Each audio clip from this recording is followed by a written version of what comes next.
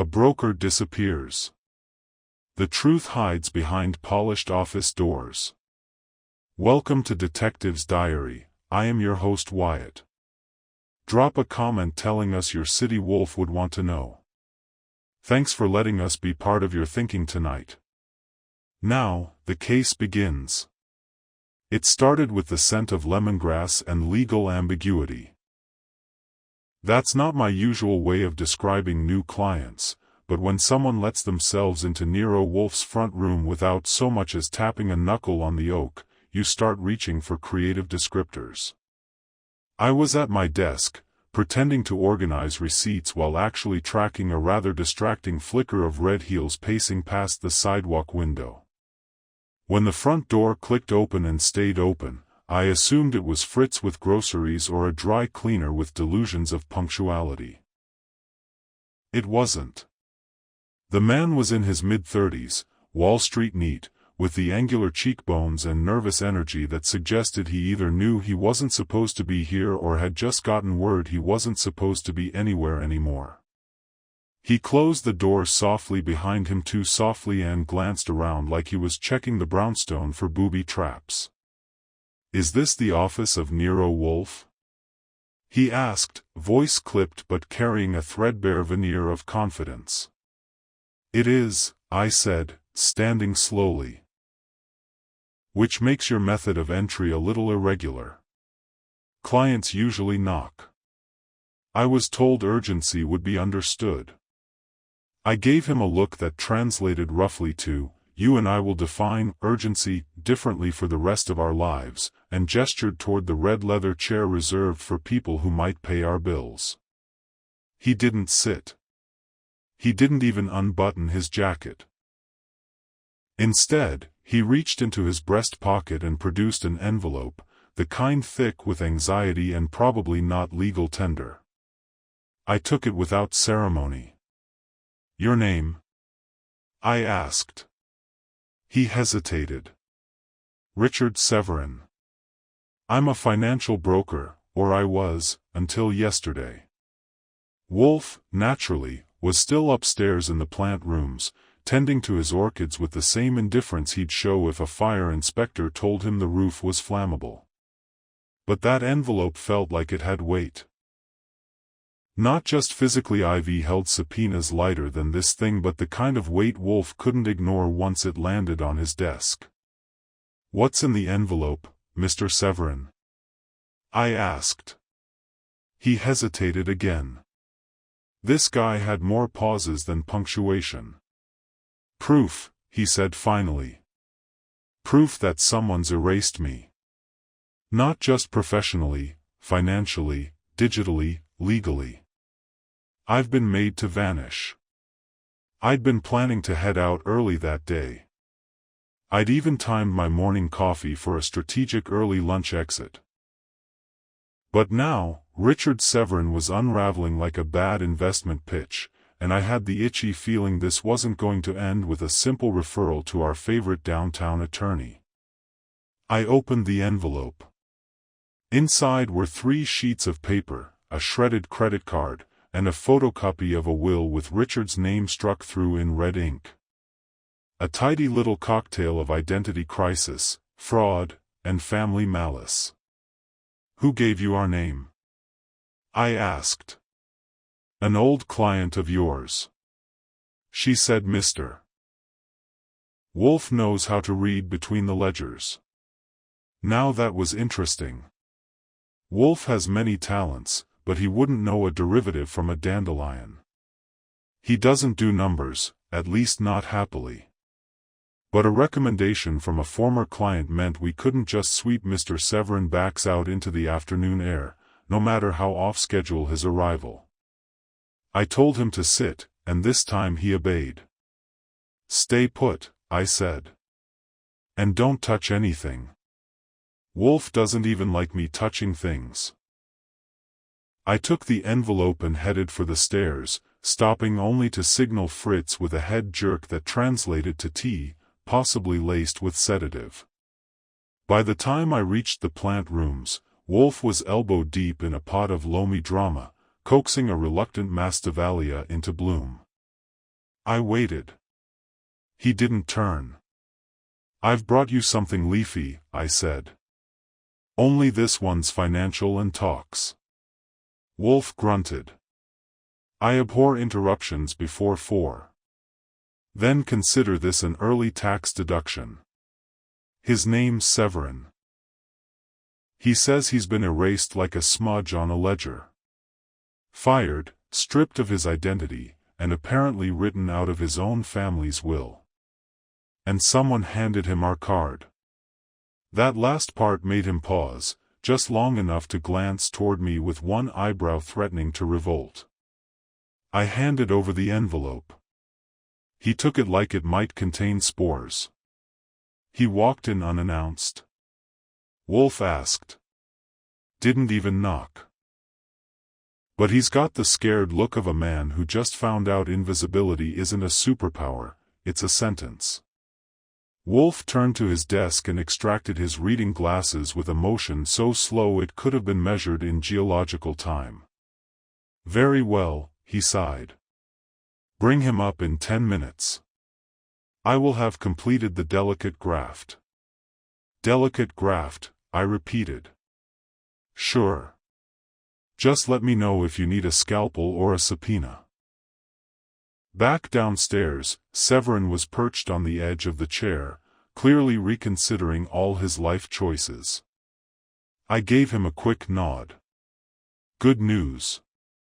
The great man will see you once he's done transplanting something with more petals than patience. In the meantime, you might want to tell me who would benefit from making you vanish." He swallowed. "That depends. How long do you have?" I gave him a grin.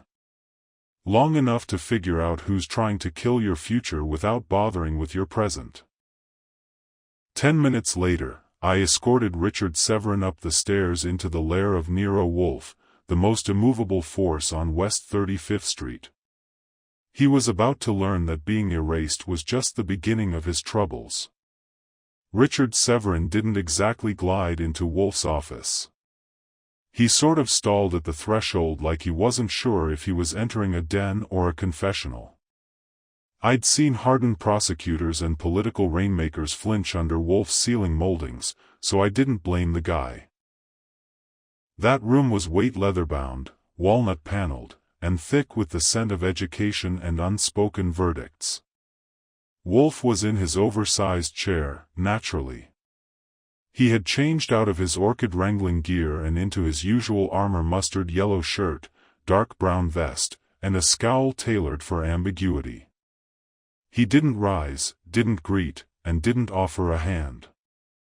Wolfe's version of hospitality is a slow blink and silence long enough to reorder your priorities. "Mr. Severin," he finally said, like he was naming a fungus specimen. "You are a broker by trade." "Yes," Severin replied, perching on the edge of the red chair again.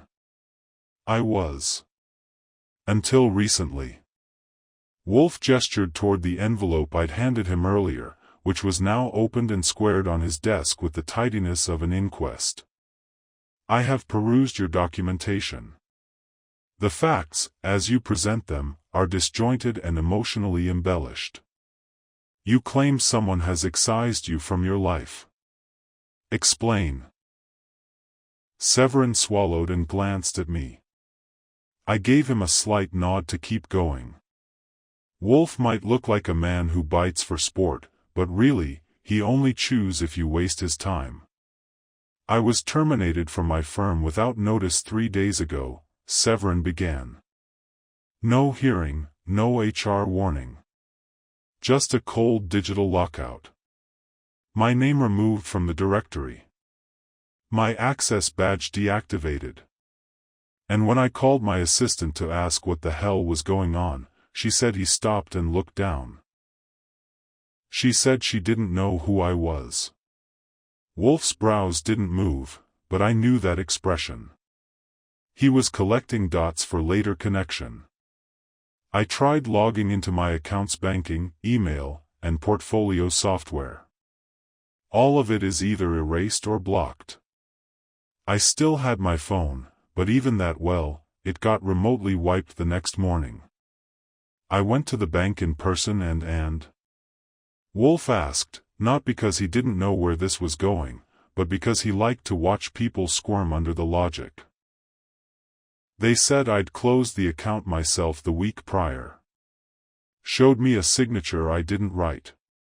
Transferred the entire balance $78,000 to a holding firm in Delaware. A shell company. No trace. Wolfe grunted.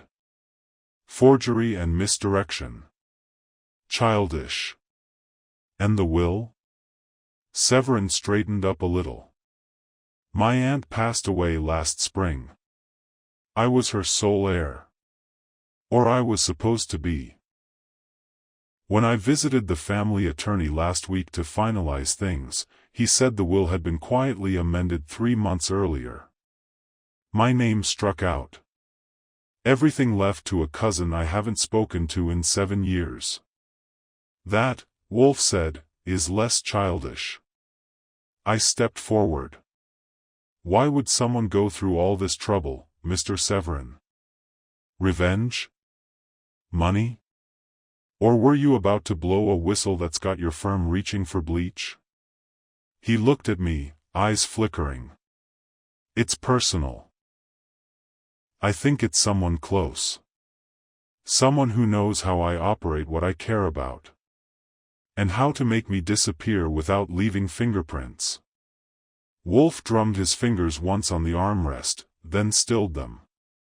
And your legal recourse? I consulted a lawyer. 2, actually.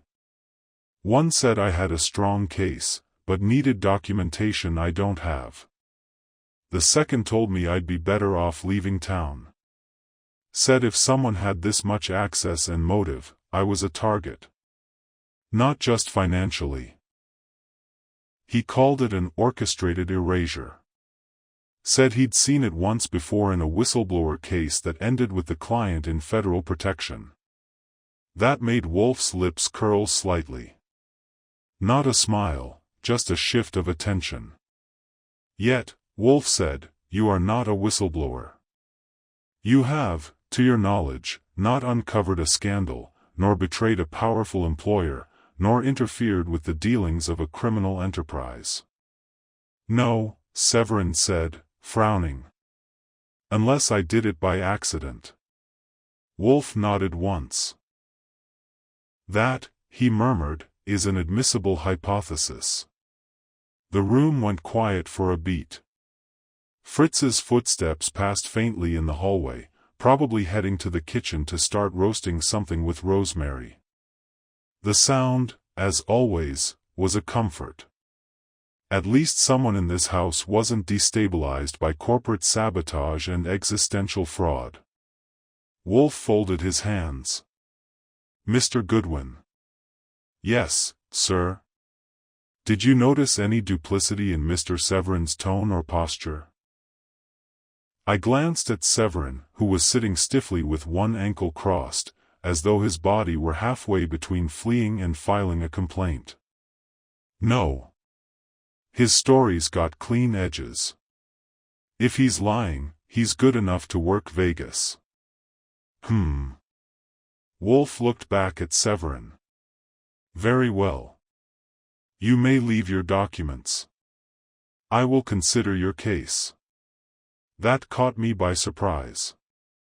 Wolfe rarely considered anything. He either dismissed it with volcanic disdain or accepted it with cryptic immediacy. Severin stood, a little shakily. You'll get back to me? I shall send word. That will be all. I walked him out, as instructed. On the front steps, he turned to me with a strained expression. Do you think he believes me? He doesn't disbelieve you, I said. Which, coming from Wolfe, is a compliment and a half. He nodded. You'll let me know? Sure. Don't vanish again. At least not until we find out who's rehearsing your obituary. He gave a small smile, one of those half-resigned, half-relieved expressions you get when you realize your life has officially been upgraded from complicated to fiction-worthy. When I returned to the office, Wolfe was pouring beer into his oversized glass with the grace of a man who considered hops a life partner. "You're taking the case?" I asked. "I am considering the implications," he replied. "Which is not synonymous." "Implications being?" Wolfe set the bottle down. "Mr. Severin is being excised surgically, not emotionally. That is rare. And always worth examining." I leaned against the doorframe. "Still no murder?" "Not yet," he said. "But people don't erase others for sport, Mr. Goodwin. They do it because the alternative is worse." That wasn't comforting, but it was pure Wolfe wrapped in logic, stitched in threat. "You want me to get Saul?" I asked. Wolfe shook his head. "Not yet. For now, I want names." "Which names?" "Every individual with access to Mr. Severin's records, financial or familial. Every beneficiary of the new will. And the name of the attorney who claimed he'd seen this before." He reached for a fresh sheet of paper. That was Wolfe's version of chambering around. "Also," he added, "bring me tea. Chamomile. There is too much adrenaline in this story already." I headed for the kitchen, and as I passed the entryway mirror, I caught a glimpse of myself. For a second, I could swear the reflection hesitated. Like even it wasn't sure who was real anymore. One thing was certain, someone had tried to delete Richard Severin like a bad line item on a quarterly report. But this time, the numbers weren't going to add up. Not with Nero Wolfe doing the math. One of the perks of working for Nero Wolfe, besides the paycheck, the vocabulary upgrades, and the occasional glimpse into human depravity at its most refined, is that my job gives me the rare privilege of hearing a man say "bring me suspects" while sipping chamomile. By the time I returned to the office with tea and a fresh notebook, Wolfe had already begun drafting the chessboard in his head. Not the kind with bishops and pawns, but the kind where everyone moves diagonally and no one plays by the rules. "I've compiled a preliminary schema," he said, gesturing to a short list written in his impossibly precise script. 5 individuals. All with logical intersections with Mr. Severin's sudden exile. Begin with them. I took the list. It read like a who's who of privilege, proximity, and veiled menace.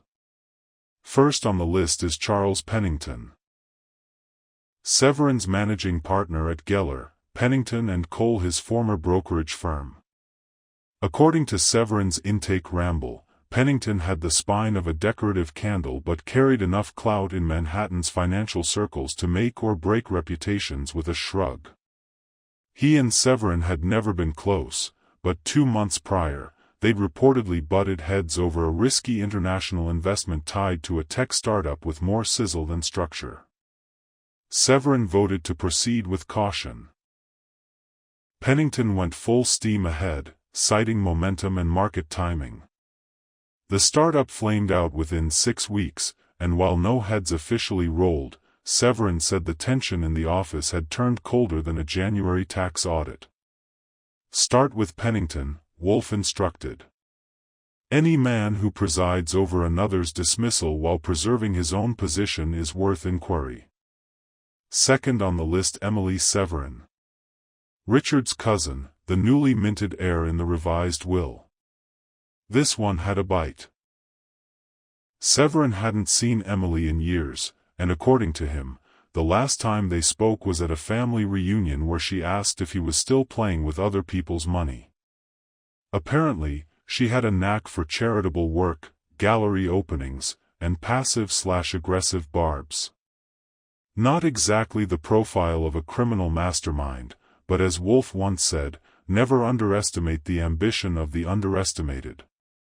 She inherits everything, I noted aloud. Motives don't get greener. Wolfe gave me a sidelong glance. Indeed. Yet an inheritance so easily obtained often masks more complex intentions.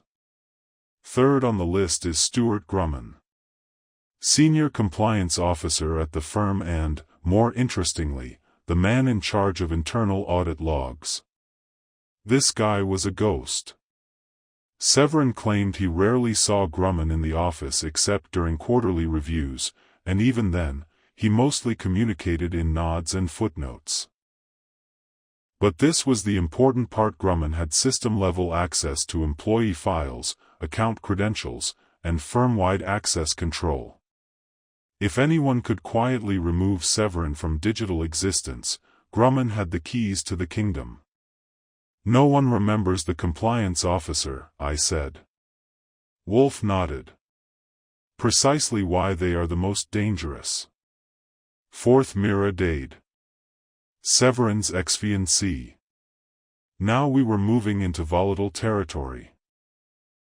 The engagement had been called off 8 months ago, officially due to incompatible futures, which in my experience translates to one of us changing the locks and the other changing lawyers.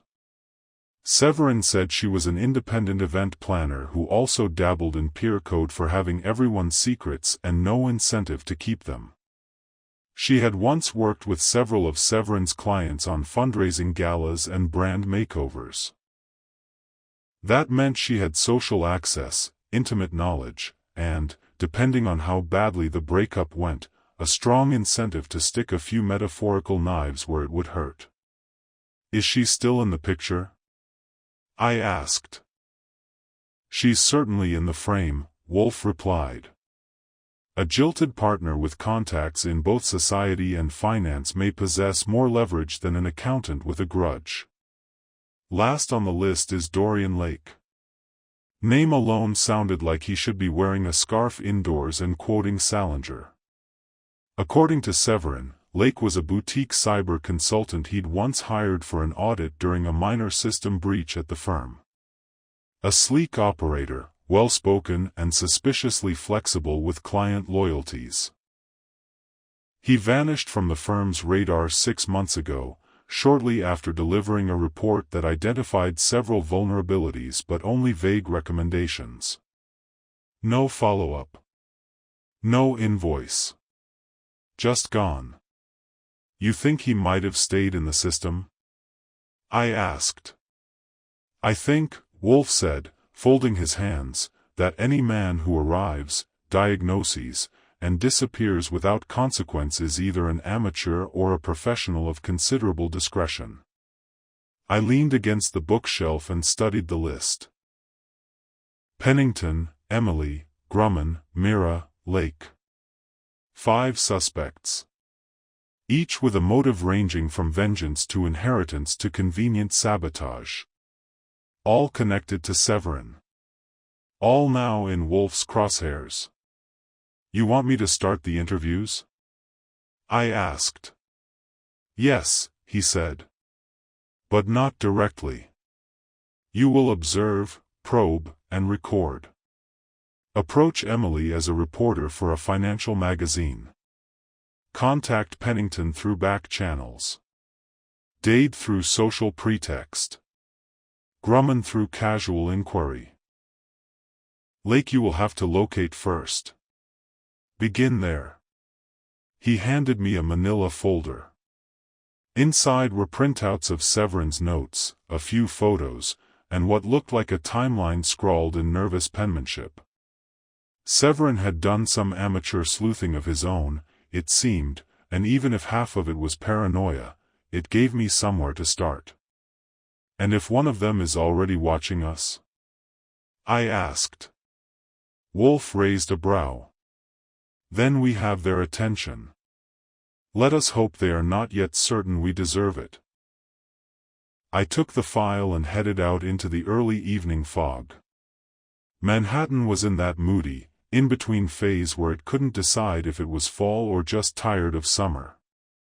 The air was cool, the sidewalks damp, and I had 5 people to meet who might all be lying and one genius back at the brownstone who'd know which one before I could spell alibi. As I flagged a cab on Madison and climbed in, I pulled out a small notepad. First destination: the last known address of Dorian Lake. Because if there was a man who could pull off a vanishing act, I figured the guy who already disappeared might be the best place to start. Some men start their mornings with a jog, a cold shower, or motivational quotes taped to a mirror. I start mine with an address, a photograph, and the subtle suspicion that someone on the list might be rehearsing a lie just for me. The first name Wolfe had circled literally, in blue ink, was Dorian Lake, our elusive cyber consultant with the kind of resume that sounded like it had been written by a marketing intern who read too many espionage thrillers. Last known address is a sleek building in Midtown with a view of the East River and, judging by the doorman's lapel pin, a monthly rent that could buy you a Buick every 6 weeks. I didn't go in full Archie just yet. Wolfe had made it clear: subtlety first, pressure later. So I posed as a logistics rep from a fintech trade magazine, yes, that's a real thing, and inquired at the front desk under the guise of scheduling a profile interview. "Mr. Lake hasn't resided here in nearly 3 months, the concierge said, not quite raising an eyebrow but letting his tone do the lifting. He left no forwarding address. No bags, just vanished." I asked, smiling like I was just some deadline-hounded writer and not a man chasing ghosts. "Precisely. He did mention moving out of state. Quiet fellow. Rarely received visitors." That didn't match the profile of a social operator who mingled in downtown finance, but maybe Lake's socializing didn't take place over canapés and cocktails. Maybe it took place in code, through proxies. Or maybe someone had nudged him off the grid before he could raise alarms. I left my fake card. Wolfe kept a drawer of them in the office, complete with fake emails and burner numbers, and headed down the block. Before I hit the curb, I circled the alleyway and checked the mail slots around back. One still read D. Lake, 4C in fading silver label print. Either the landlord hadn't peeled it off yet, or Lake had left faster than expected. Strike one for a casual chat. But strike one didn't mean I was out. Just that I'd need another angle. I filed it away for Saul Panzer if we needed him to follow money instead of footprints.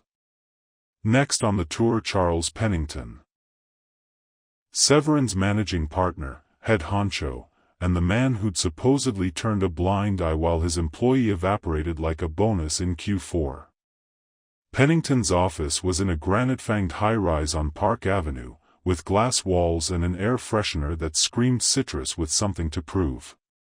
I didn't use a fake name here. I used mine. Goodwin. No sense pretending to be a reporter when you're talking to someone who checks Bloomberg before breakfast. He took my call because I made it sound like we were doing a discreet background check before referencing Severin for a position at a private fund. If there's one thing guys like Pennington can't resist, it's someone asking their opinion in confidence. When I was ushered into his office, he stood to shake my hand, tall, late 40s, silver at the temples, and a chin that looked like it had won 3 debates before coffee. His suit cost more than my car. He wore it like it came with a board vote. "Mr. Goodwin," he said, gesturing toward the leather chair opposite his desk. "You're looking into Severin. Bit of an odd time to consider him for a hire." "That's part of the inquiry," I said smoothly. "Rumors, inconsistencies. We just want to make sure his file's accurate before any serious steps." Pennington's mouth twitched. "Well, you won't get much from me. Officially, I'm not at liberty to discuss personnel matters. But off the record he was problematic near the end." "Define problematic." He grew suspicious. Of everything. Audit reports. Client rosters. Even internal memos. Thought someone was cooking books or hiding trades. Accused Grumman, our compliance lead, of deliberately ignoring red flags. Caused a rift on the floor. Tension. And you? He held my gaze. I told him to focus on client strategy and let compliance do their job. He didn't appreciate that. We were heading toward a formal HR inquiry when he abruptly stopped showing up. One day gone. Locked accounts, deleted files. We assumed he jumped ship. You're saying he didn't? I let the question hang like a chandelier over a trapdoor. He claims he was erased. Pennington didn't flinch. Just tapped a finger on his desk. That would be dramatic. But I assure you, if anything untoward happened, it didn't originate in this office. And frankly, if he's as volatile as he sounded in his last few messages, you may want to look into the mental health angle before you stake your money on him. The polite smile that followed was engineered to kill a resume. I left with 2 pages of notes and the kind of gut feeling I couldn't shake. Pennington had been calm. Too calm. Either he truly didn't care about Severin's fate and he knew more than he wanted on record. Back on the street, I called Wolfe and gave a tight summary. Pennington? Wolfe asked. Defensive. A little too rehearsed. Might be hiding something, but if he is, he's done it before. Very well. Proceed. The last appointment for the day was one I wasn't looking forward to. Mira Dade. XVNC. A cocktail of intimacy, resentment, and stylish vengeance. Severin had described her as intelligent, poised, and fond of public statements disguised as charity auctions. She ran an event firm out of a modest Soho loft that doubled as a showroom, exposed brick, minimalist glass, and the kind of lighting that made you think you'd wandered into a silent art exhibit.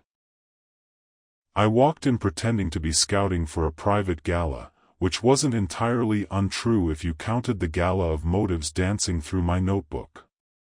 Mira greeted me herself. Early 30s, sharp as a razor's glint, with dark red lipstick and a smile that didn't quite reach the eyes. The kind of smile that made you check for exits before settling in. Archie Goodwin, she said. Private events coordinator or something else entirely? I held up my hands. You caught me. Investigative assistant. Working with Nero Wolfe. She tilted her head. Ah. The man who solves things without leaving his chair. And I'm the one who walks so he doesn't have to. She gestured for me to sit on a cream-colored couch that looked expensive and barely sat on it. So. What has dear Richard gotten himself into? He thinks someone's trying to erase him. She chuckled, dry and slow.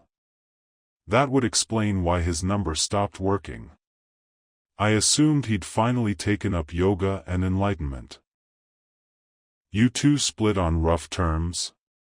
We didn't split. He drifted. Paranoia. Secrets. Late-night calls with no explanation. He changed after a certain audit at his firm. Said something didn't add up. But he wouldn't say what. Did he confide in you? Not exactly. He hinted. He asked about tech consultants once and even asked me to check if someone had hired Dorian Lake. That was weeks before he vanished. That made me pause. He suspected Lake was involved? He suspected everyone. Including me. Were you? She arched an eyebrow. If I wanted to ruin him, I'd have done it in the papers. Much more satisfying. And public. Hard to argue with that. Back outside, the sun was lower, and the city was slipping into its usual twilight theater of traffic, noise, and half-lit intrigue. I made notes as I walked Lake Gone, Pennington composed but deflective, Mira cooperative, but not too much. 3 down. 2 to go. I had a circle forming loose threads that hadn't tightened yet but were definitely fraying in the same direction. Wolfe would read between the lines. I just had to draw them clearly enough to matter. The next morning would be Emily Severin and Stuart Grumman. And if either of them were holding a shredder behind their backs, I intended to make them blink before they used it. It's an unspoken rule in our household: the brownstone is a fortress, not in the Stielenchurch sense, but in the more sacred kind where order reigns, routine is king, and Nero Wolfe's sense of control is so absolute it could be measured in milligrams. So when something in that order shifts, when even a thimble's worth of familiarity is altered, you can bet it won't go unnoticed. And if it happens inside the brownstone, well, that's not just trespass. That's war. The first clue came not from me, but from Fritz. And believe me, Fritz doesn't spook easy. I was coming in from my morning round of new leads on Grumman yet, and Emily Severin had rescheduled with the elegance of someone who thinks time is a charity she distributes sparingly when Fritz met me at the front hallway, polishing a silver tray like it had insulted his mother. "Archie," he said quietly. "Would you come into the kitchen for a moment?" That wasn't normal. Fritz isn't conspiratorial. He does veal broths and dictatorial sauce reductions, not cloak and dagger. I followed him in, and he shut the door behind us. "I cannot say with certainty," he said, "but I believe something has been disturbed. Your soufflé or your soul?" I tried, but he didn't crack. He pointed to the spice rack. Wolfe's spice rack. Custom-built, alphabetized, and guarded more devoutly than national secrets. Each jar is labeled in Wolfe's own handwriting, and arranged precisely not just by name, but by Wolfe's own obscure hierarchy of origin, potency, and culinary mood. Fritz stepped aside. "The nutmeg." I looked. Sure enough, there it was. Slightly turned. Just slightly. But the kind of slightly that would make Wolfe use a 3-syllable word as a weapon. I reached out. The lid wasn't loose, but it wasn't Wolfe-tight either. I unscrewed it gently and took a sniff. "Smells like nutmeg." "Not the one I filled last week," Fritz replied. "That was Grenadian, imported. This is duller, less pungent. A substitute." "You're saying someone swapped the nutmeg?" He nodded. "Without touching anything else. Nothing else is out of place. I would have noticed. So would Wolfe." I thanked him, told him not to mention it to the man himself until I had a chance to poke around, and headed for the office. The outer one was as I'd left it: tidy, boring, and full of people who haven't lived enough to file taxes yet. But when I stepped into Wolfe's inner sanctum, I noticed something else. The blotter on his desk, the green leather one he'd had since Truman was still lecturing about atomic diplomacy, had a faint, greasy smear near the top corner. Just below where his hand rested when he wrote. Wolfe doesn't smear. He may be round, sedentary, and allergic to most forms of exertion, but when it comes to his desk, the man is a surgeon. A philosopher. A monk. This wasn't just a fingerprint. It was an insult. Wolfe entered minutes later, freshly descended from his morning orchid rituals. He was humming, which lasted exactly 3 steps into the room before he stopped and fixed me with a look. "What is it?" he asked. I gestured toward the spice incident, then the blotter. He approached the desk, lowered his frame slowly into the chair, and examined the smear. His face did not change, but something in the air tightened, like a belt cinching around your lungs. "And you are certain?" he asked. "Fritz is certain." I confirmed the jar. "Smells off. And this," I pointed to the blotter, "wasn't here yesterday." He reached for a linen handkerchief from his drawer and, without touching the mark directly, dabbed it once. Then he sniffed. "Cedar oil," he muttered. "With an emulsifier. Likely from a wood polish. But neither Fritz nor I use polish on this surface." His eyes closed briefly. "Someone has been here." "Inside the brownstone," I said.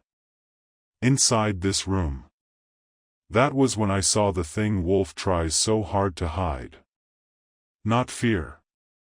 Not even anger. But something far rarer: vulnerability. The brownstone was his shell. His court. His lungs, really. And someone had just proven they could walk through it uninvited, rearrange the details, and leave without detection. He tapped the desk once. A slow, deliberate signal. "Mr. Goodwin, you will check the locks, the windows, the perimeter. Immediately. Then you will contact Saul Panzer. I want surveillance on this building. Day and night. Discreet but unblinking. You think someone's trying to send a message?" "No," he said. "I think they already have." I spent the next 2 hours going through every entry point, every camera blind spot. Fritz confirmed he'd seen nothing unusual. No sounds in the night. No misplaced linens. The locks hadn't been forced. Nothing else was taken, moved, or marked. That's what made it worse. This wasn't a burglary. This wasn't vandalism. This was surgical. By late afternoon, Saul was seated across from Wolfe in the office, nodding with that grim calm he wears when something's about to get worse before it gets solved. "You want 24?" Saul asked. "Not yet," Wolfe said. "But I want all movements around this building logged. Anyone loitering, watching, or deviating from routine." "And inside?" Saul asked. Wolfe hesitated. "You may sweep it. Quietly. I don't want Mr. Severin to know." I raised an eyebrow at that. "You think this is connected to him?" "I think," Wolfe replied, "that Severin's troubles are not just personal.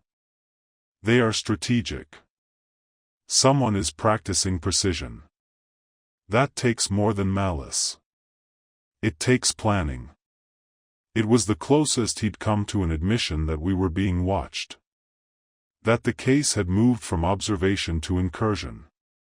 That night, I double-locked every window myself and left a coin hairline at the edge of each one. If anyone opened them again, even slightly, I'd know. By 10, the brownstone was still. Fritz retired. Wolfe retired. Even the street outside felt muted, like the city had agreed to hold its breath. But I didn't sleep.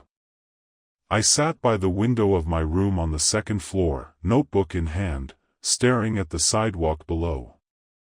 Waiting for a ghost in cedar oil. Because here's the truth in this job: most people lie.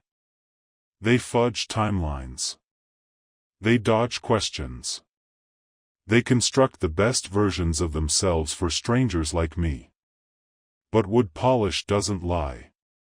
And neither does a spice rack. Somebody had crossed the line. Not with a threat. Not with violence. But with a whisper. And that, in Wolfe's world, was louder than a scream. There's a certain clarity that comes when your own turf has been tampered with. It snaps Nero Wolfe's attention into something not unlike rage but colder, tighter, and far more productive. By the morning after the nutmeg incident, the brownstone had become a sealed chamber of suspicion.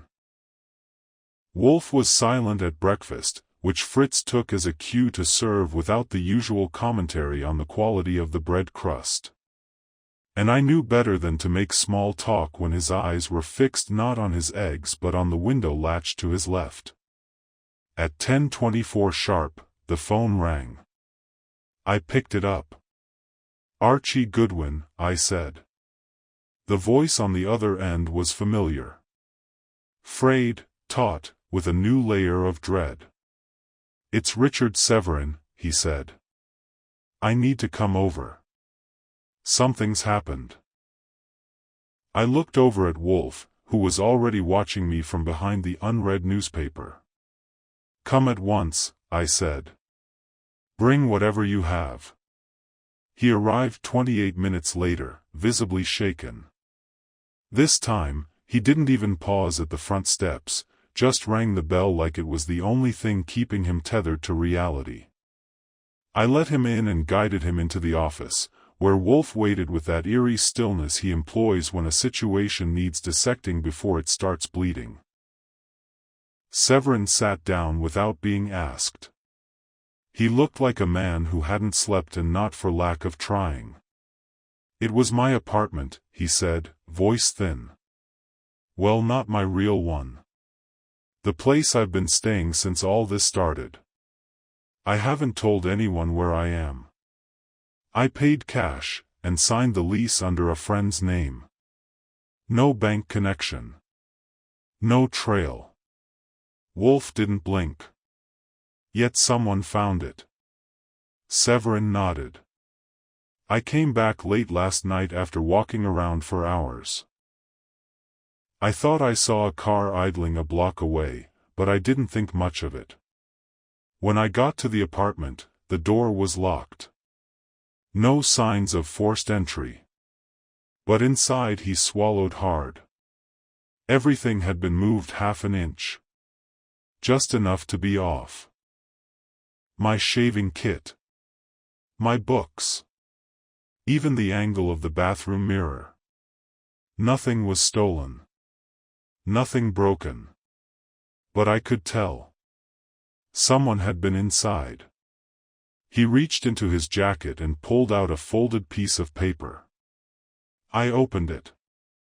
It was handwritten, block letters. "You are a memory now. Stay erased." Wolfe took the note between two fingers and studied it like it might contain spores. "Archie," he said, "had Mr. Panzer return. At once." Saul arrived an hour later, moving with the kind of brisk precision that meant he'd already been halfway through setting up a tale on someone else. He listened without interruption, glanced at the note, then nodded. "This wasn't intimidation," Saul said. "This was a rehearsal." "Explain," Wolfe said. Saul turned the note over in his hand. The point wasn't to scare. It was to confirm how quickly Mr. Severin would react. It's an intelligence probe. They're testing his reflexes. His instincts. Possibly ours. Wolfe didn't comment. Instead, he closed his eyes and leaned back, fingertips pressed together. "A test, yes," he murmured. "Someone who wants to ensure they remain in control. We have disrupted their narrative." He opened his eyes. "Mr. Panzer, you will begin surveillance on Emily Severin and Stuart Grumman. I am no longer interested in passive observation. I want movement. Transactions. Meetings. Visitors." "Understood," Saul said, already rising. "And Archie," Wolfe said, turning to me, "you will revisit Miradade. Not as an investigator. As yourself. Let her talk. People often do when you aren't trying too hard. That part wasn't news. I'd spent enough hours listening to suspects unravel themselves while thinking they were impressing me. I stood. You think she's nervous? I think, Wolfe said, that she is no longer pretending to be uninterested. After Saul left, Wolfe instructed Severin to remain in the brownstone for the day. Not because he feared another break-in, but because he wanted Severin visible temporarily. Let them see that you still exist, he said. It will accelerate their anxiety. By the time I reached Myra's office, the air had shifted. Not in temperature, still cool and dry, but in tone. She greeted me with less sarcasm this time, more curiosity. A slight upward tilt of the chin instead of an arched brow. As if she'd expected me, but wasn't sure why. Back so soon? She said. I'm persistent, I replied. Blame the job. She led me into her office and offered me a drink/coffee this time, which I declined. I'd had Fritz's blend that morning, and once you've had Fritz's, everything else tastes like a board meeting. You said Richard was in trouble, she said. More than just paranoid emails and vanished savings. He's been threatened, I said, watching her closely. Subtle, but unmistakable. She didn't flinch. But her eyes narrowed. Do you think I'd be capable of something like that? You helped plan fundraisers for men who've buried lawsuits in offshore ledgers. I think you're capable of quite a lot. That got the brow back up. Touché. I let the silence stretch. Finally, she said, I didn't want this for him. I know that sounds cliché. But whatever he was mixed up with changed him. He started checking for listening devices in his own apartment. Started asking me about how to trace calls. He was scared. Did he ever tell you who he suspected? No names. Just shadows. He mentioned someone on the inside. Said the sabotage wasn't random, it was guided. And you believed him? I wanted to. But it's hard to live with someone who sees betrayal in every corner. And now? She looked away. Now I'm not sure he was wrong. When I left her office, I had more questions than answers. She hadn't cracked, but she'd chipped. Something in her had shifted. Fear, maybe. Or guilt. Possibly both. Back at the brownstone, I found Wolfe pacing well, rotating in his chair. A slow swivel left, pause, then right. His version of pacing. I am ready, he said when I entered. For what? To bring them in. Soon. But not yet. He held up a note card. On it were 5 names. The suspects. With arrows, circles, and a single question mark.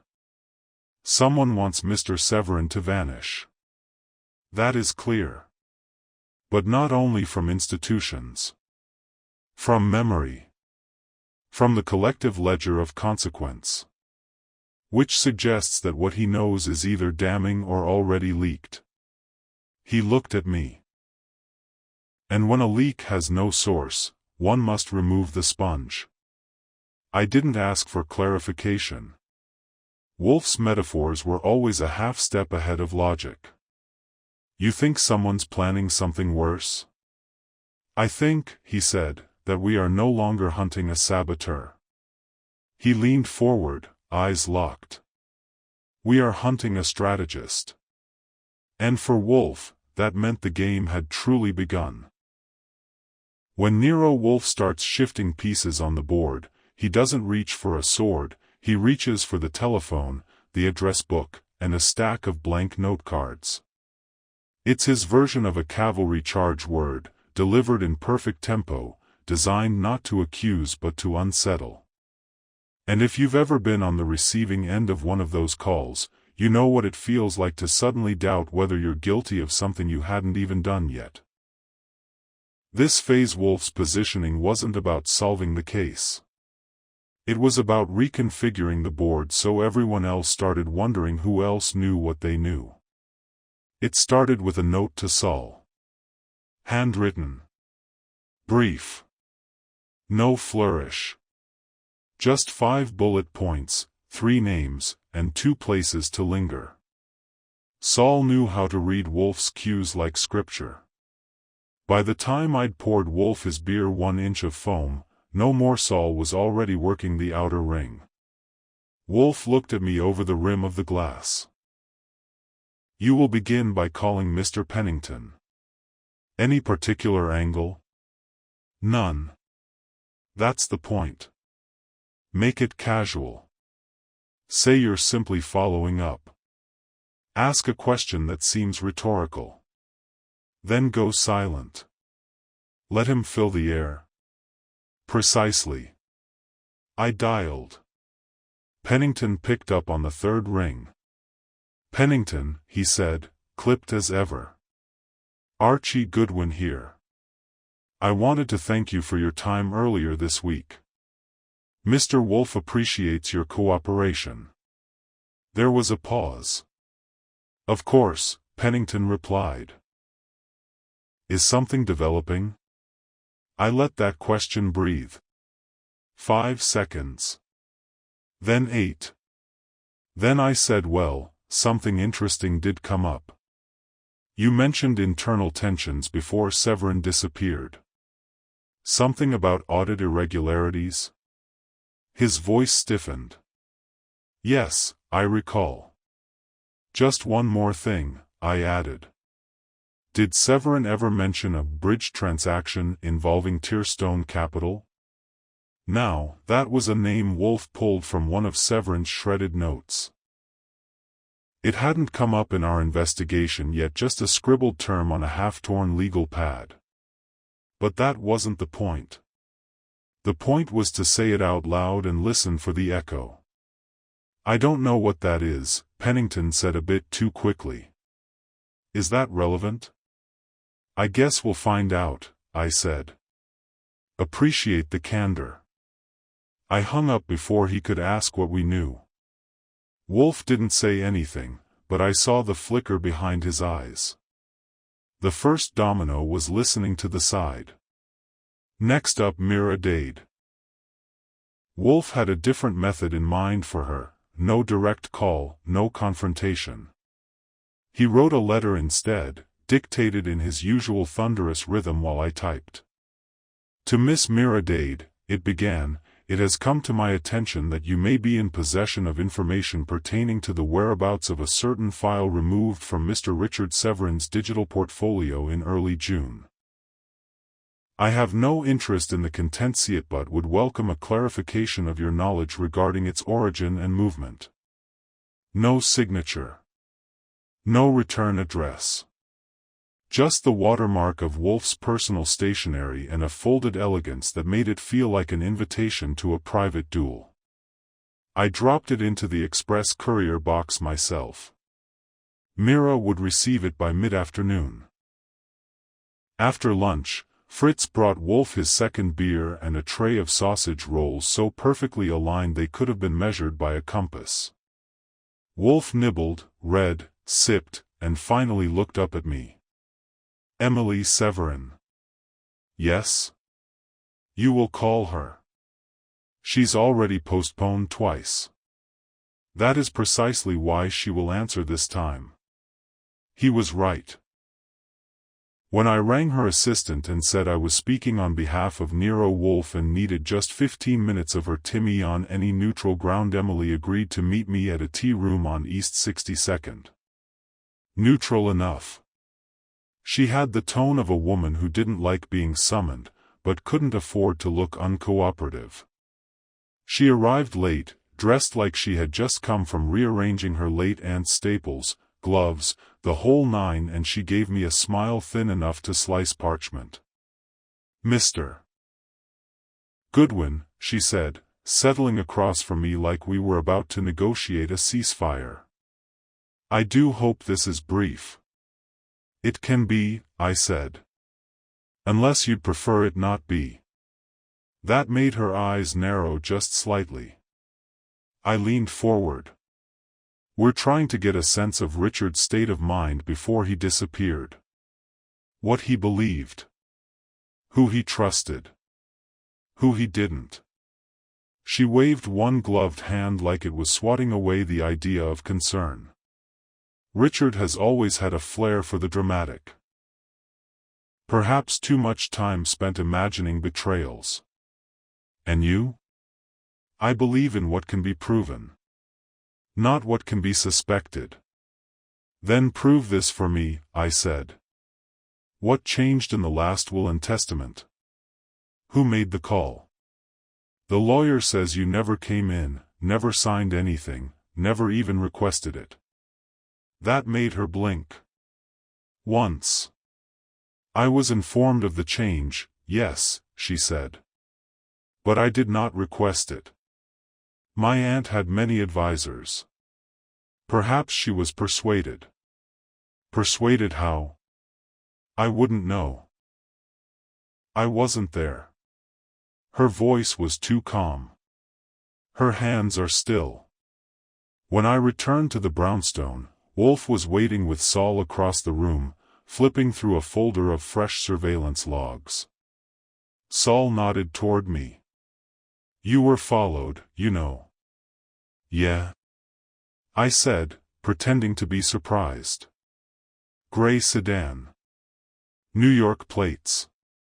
Started a block after the tea room. Peeled off near Lexington." Wolfe didn't seem alarmed. Only mildly more awake. "Let them follow," he said. "It means they're worried." He dictated 2 more letters that afternoon, one to Stuart Grumman's office, requesting a compliance clarification from a non-existent consulting firm, and one to Dorian Lake's last known employer, inquiring about his security clearance status. Both letters were bait. Neither was signed. By dinner, the chessboard had shifted. Pennington had called back twice with no message, just his number. Emily had gone silent, but her assistant called to confirm that no further questions would be answered. Mira had not responded, but she had signed for the letter. And Grumman's office had emailed a cryptic reply stating, "We have no record of the transaction in question." Wolfe sat back in his chair, gazing at the fireplace like it might start offering clues. "We are approaching the limit," he said. "Of what?" I asked. "Of control. Someone will slip. Soon." And as he lifted his beer, he added, "I intend to be watching when they do."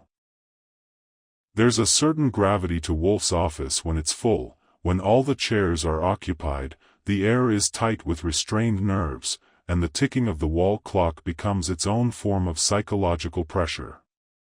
It's not the number of people in the room that matters. It's the fact that they all have something to lose and only one man in the building knows exactly what it is. Wolfe had summoned them with the kind of phrasing that makes refusals difficult. Not accusations.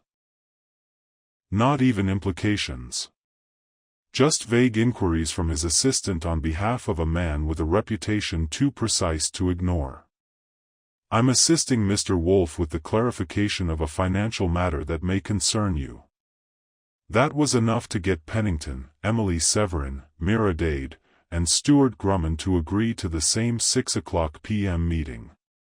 Dorian Lake, still elusive, remained off-grid. But Wolfe wasn't concerned. He'd accounted for the missing piece. They arrived one by one. Fritz met each at the door and escorted them into the office with the same expression he might use to serve pâté to a hyena. Pennington arrived first wearing a gray suit, confident walk, and mouth tight. He glanced around like a man who'd been in too many boardrooms and didn't trust anyone who wasn't holding a spreadsheet. Next came Emily, punctual, poised, her gloves removed deliberately just inside the threshold. She took her seat without a word, nodding politely but offering no smile.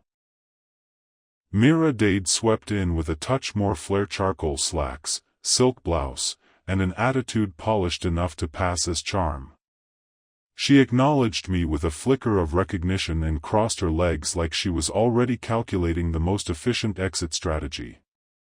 Stuart Grumman was last. Pale, angular, and as dry as an annual report. He nodded once to the room and sat without removing his overcoat. The room was silent except for the soft hiss of the radiator and the shuffling of polished shoes against Persian rug. Then Wolfe spoke. "Good evening." Just that. And somehow it sounded like a summons. "I appreciate your attendance," he continued. "I dislike ambiguity, and you are all here because a situation of some complexity has arisen, one that intersects your respective paths with that of Mr. Richard Severin." At the mention of Severin's name, Myra's hand paused mid-adjustment of her bracelet. Pennington sat straighter. Emily blinked twice. Grumman's left hand clenched once, then relaxed. "He has been the subject of certain misfortunes," Wolfe said. "Professional, financial, and personal. These misfortunes, while initially appearing disconnected, now seem orchestrated." He let the word hang. "I have invited you here not to make accusations," he went on, "but to clarify perspectives. You are all, in some way, part of the circle surrounding Mr. Severin during the months leading up to his disappearance from both firm and family."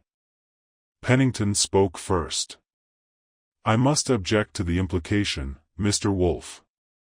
"There was no implication," Wolfe said mildly. "Only a recognition of timeline and association." Pennington folded his arms but said nothing else. Wolfe turned to Emily. "Miss Severin, I understand you were the unexpected beneficiary of your late aunt's revised will." She nodded. "Correct. And you were not involved in the revision?" "No." "Yet you accepted the inheritance." She smiled thinly. "Wouldn't you?" Wolfe tilted his head. "I have no aunts." "But yes." He turned to Mira. "Miss Dade, you were once engaged to Mr. Severin. You also had access to many of his clients, and were aware of a compliance audit he was conducting on his firm's operations. You recall this?" "I do," she said. "He mentioned it before things deteriorated." "You were not involved in it?" "Of course not." "Yet you referred to him as Mr. Dorian Lake." That earned her pause. "Only as a consultant. He needed someone discreet." Wolfe's eyes lingered. "Discretion, yes. That appears to be a running theme." He turned to Grumman. "Mr. Grumman. You had access to the internal systems that housed Mr. Severin's employment records, login credentials, and audit trails." "Yes," Grumman replied. "You reported no breach?" "None that I could confirm." "Yet he vanished professionally without record. Not even a termination memo was filed." Grumman's jaw shifted. "I was on medical leave the week it happened." Wolfe's eyes narrowed just slightly. "Indeed. Fortuitous timing." The silence thickened. I stood in the corner, notebook in hand, watching the dance unfold. Wolfe wasn't going for the throat yet. This was his prelude. He was planting tension, not detonating it. Then he added a new note to the mix. "There was a break-in," he said. At Mr. Severin's temporary residence. Nothing stolen. Merely rearranged. This time, they all reacted. Mira shifted in her seat. Pennington frowned. Grumman blinked. Emily drew her gloves back into her lap. And a note was left, Wolfe continued. You are a memory now. Stay erased. He waited. Grumman cleared his throat. Whoever did that wanted him to feel unstable. Unsafe. Correct, Wolfe said. And that is not the mark of a random opportunist. That is psychological precision. He let that settle. Someone, he said slowly, has taken great pains to eliminate Mr. Severin from the professional and familial landscape. His accounts closed. His name was removed. His inheritance was revoked. His very presence scrubbed. Why would anyone go that far? Pennington asked, trying to sound incredulous but missing the mark. That, Wolfe said, is the question you are here to help answer. He glanced at the wall clock. It was nearly 640. In 24 hours, Wolfe continued, I will summon you again. At that time, I shall present a reconstruction. The how, the who, and the why. He leaned back in his chair. I advise you all, he said softly, to spend the intervening hours remembering what you have previously chosen to forget. No one responded. No one moved. Wolfe gestured. Mr. Goodwin will see you out. And I did, one by one, through the front hall where Fritz stood like a silent guardian. Once the door closed behind the last guest, I turned back to Wolfe. You think one of them will break? No, Wolfe said. I think one of them already has. He poured himself a fresh glass of beer. Tomorrow, he said, we will finish the game. The next evening arrived cloaked in the kind of silence that doesn't just hang in the room it coils. By 6 o'clock sharp, the same quartet of suspects stood once more within the sanctum of Wolfe's office, each seated in precisely the same configuration as the night before. The atmosphere was not so tense as pressurized. Everyone could feel it, though no one quite dared name it. This wasn't just a conversation anymore. It was a reckoning in slow motion. Wolfe didn't greet them this time. He waited until the door was shut, Fritz was gone, and I had taken my post near the bookcase, notebook in hand. Then he leaned forward in his chair, rested his elbows on his arms, and exhaled quietly an act that sounded almost judicial. The matter, he began, has concluded. Four sets of eyes darted toward him, each trying to look unbothered. None of them succeeded.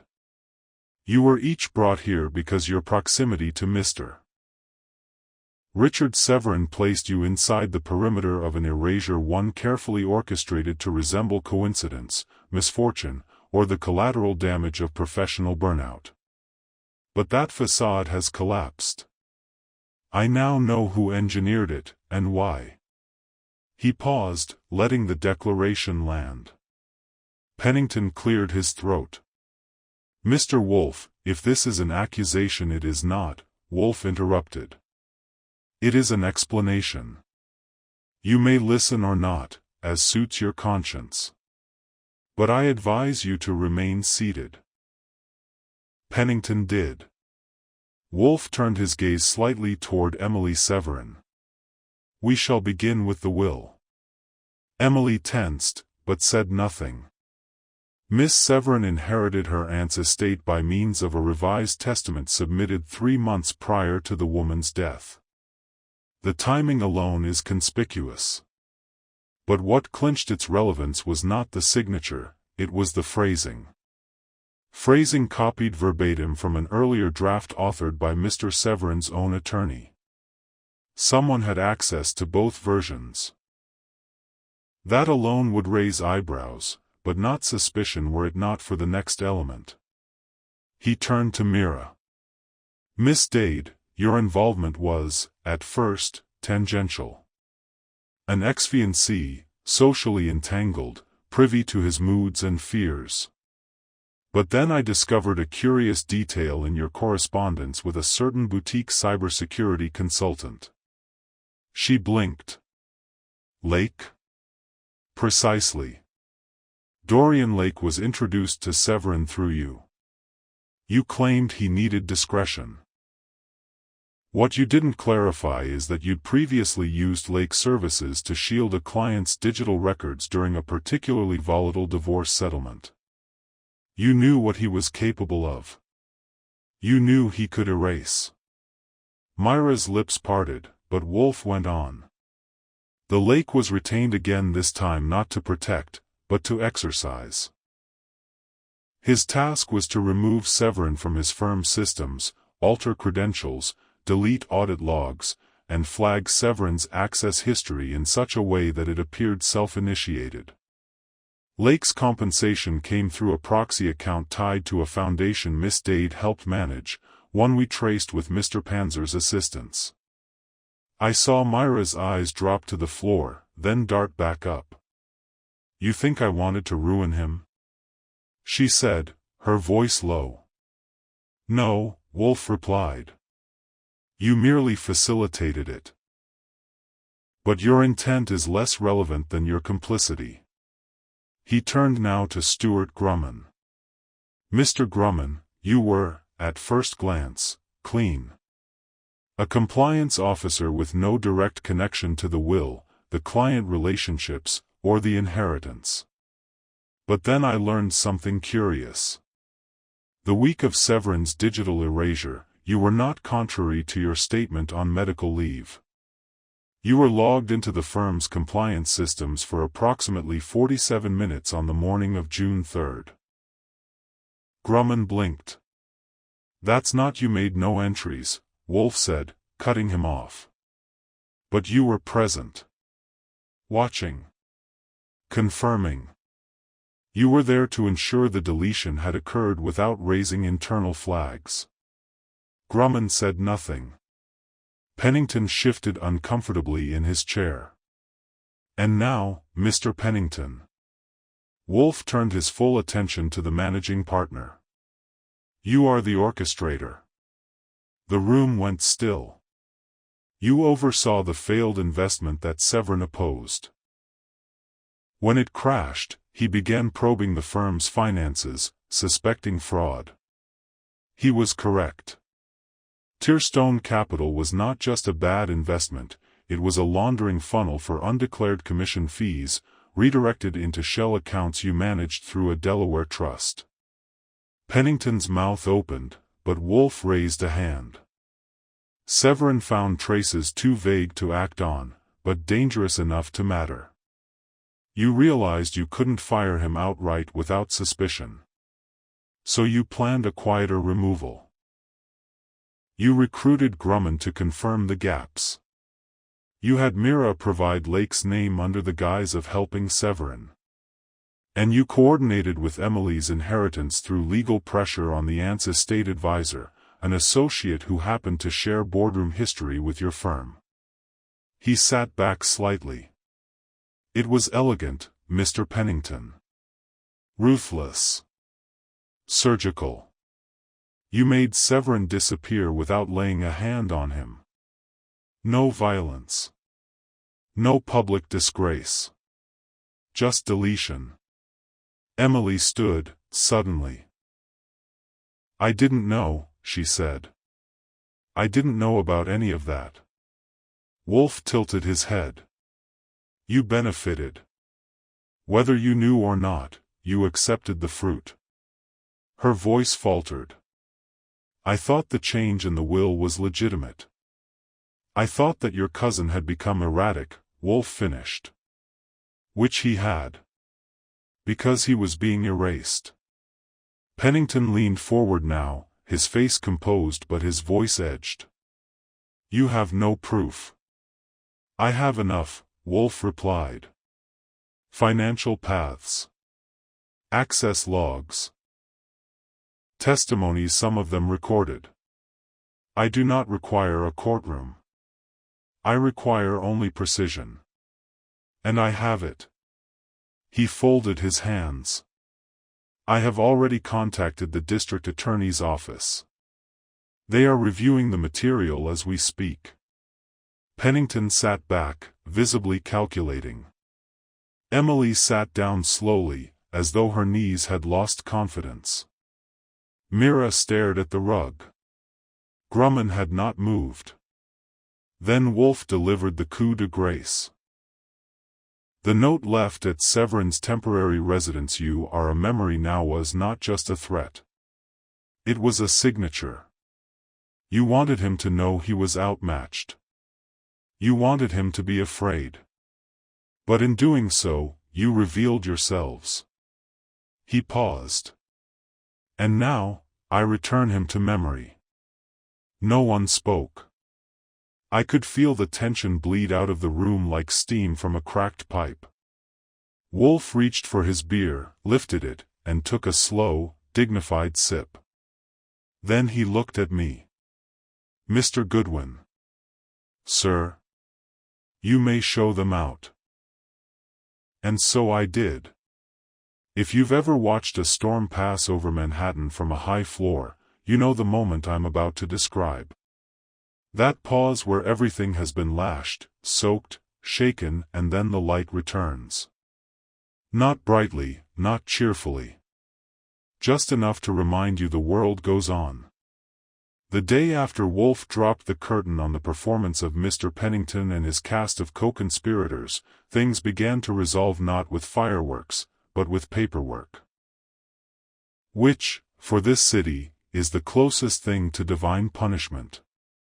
By mid-morning, the brownstone had received a visitor from the district attorney's office, a lean, pale man named Crosby with a folder tucked beneath one arm and a tone that made you feel like he'd already deposed you in his mind. Wolfe didn't stand, of course. He offered Crosby a chair, a nod, and 15 minutes of clipped explanation, delivered with all the dramatic flair of a man reading out a list of orchids that failed to bloom. Crosby didn't interrupt once.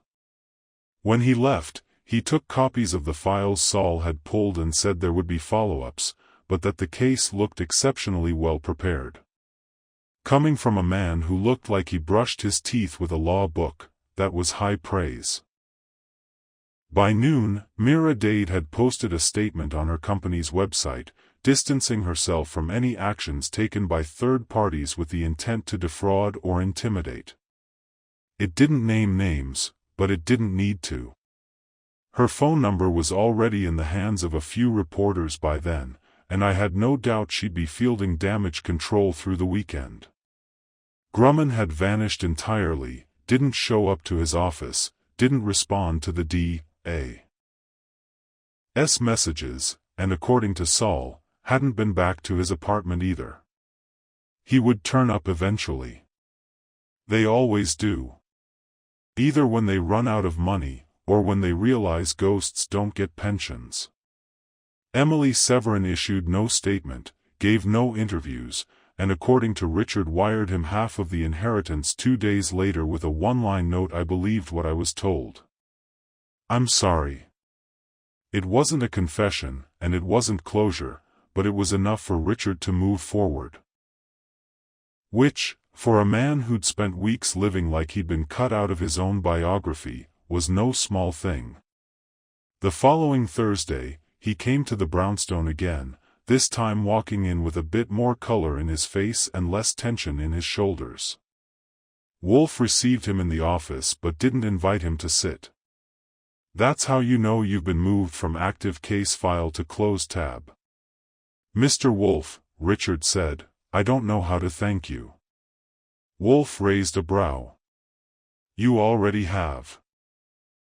You paid my fee. Richard laughed nervously. Still, you gave me back my life. That counts for more than a check. Wolfe didn't argue the point. He merely nodded once. You will do well to secure your accounts more carefully going forward. Vulnerability is not a flaw until it is exploited. I understand. You do now, Wolfe said, turning slightly back toward the orchids on the windowsill. Let us hope you remember it when it matters. Richard left soon after, and when the door closed behind him, Wolfe exhaled with a contented grunt. He will be fine, he said. Do you think so? I asked. He has regained visibility. That is all he ever truly lacked. I cleaned up the office while Wolfe dictated his usual case notes, but my thoughts lingered. This case hadn't been about murder. No gun, no body, no splashy headlines. It was about control, who holds it, who loses it, and what happens when someone decides to erase you from the systems that define your life. Not your blood, but your bank statements. Your passwords. Your property. And that made it scarier in its own way. People talk about identity theft like it's a crime of numbers, but they're wrong. It's a crime of narrative. And Wolfe had done what he always does, wrested control of the narrative back from the hands that tried to twist it. That evening, dinner was trout almondine, served with an absurdly delicate asparagus flan that Fritz had perfected over the course of 3 spring seasons. Wolfe ate slowly, humming once or twice when the herbs met his approval. We didn't talk shop. That wasn't the ritual. Dinner was sacrosanct. It wasn't until we retired to the office again, with Wolfe settling into his chair and me pretending to reorganize files, that he offered the final word. This case, he said, was a reminder. I looked up. Of what? That erasure is not absent. Not in truth. It is merely a delay. He reached for his beer, took a sip, and added in the end, reality reasserts itself. It always does. I smiled. Sounds like something you should embroider and hang over the desk. Wolfe didn't smile, but he gave me the look of half tolerance, half amusement. The closest thing to a laugh you'll get unless you count a correctly guessed sauce ingredient. And so it ended. Another mystery in the books, another narrowly averted personal collapse. The brownstone resumed its rhythm: 3 meals a day, orchids at 9, clients only when absolutely necessary. But for a while, the spice rack smelled like triumph. And if that sounds strange to you, well, you haven't lived in this house long enough. Case closed.